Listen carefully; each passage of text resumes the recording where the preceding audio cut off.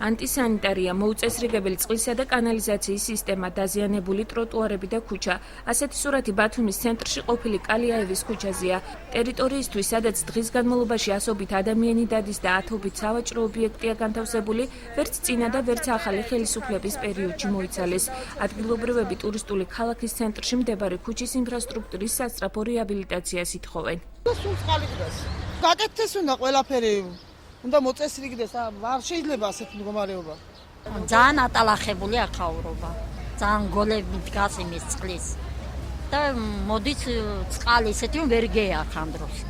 ასფალტი უნდა დაიგოს, რომ მოვალთ, თორე ცოცხლით ხვეტავთ ამას. წყალს ვაქცევთ იქეთ-აქეთ და ისე ვზივართ აქან.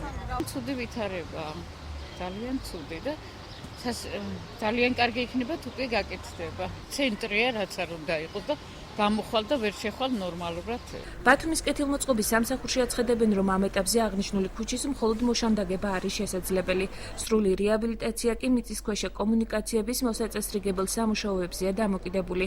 პროექტის მესამე ფაზა ზაფხულში დაიწყება. ამ ეტაპზე შესაძლებელია მხოლოდ მოხრეშვა მოშანდაგების სამუშაოების ჩატარება. ეს იმიტომ, რომ მოასფალტებას ვერ განვახორციელებთ, იმიტომ რომ მოუწესრიგებელი არის ქუჩის მიწისქვეშა კომუნიკაციები.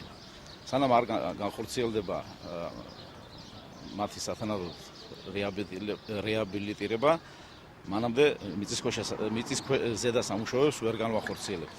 ბათუმში წყლისა და კანალიზაციის რეაბილიტაციის მესამე ფაზა 3 წელიწადში დასრულდება. ბათუმის მერიაში ჯერჯერობით უჭირთ დაკონკრეტება თუ როდის დაიწყება პროექტით გათვალისწინებული სამუშაოები ყოფილი კალიაევის ახლანდელი ბერიძის ქუჩაზე.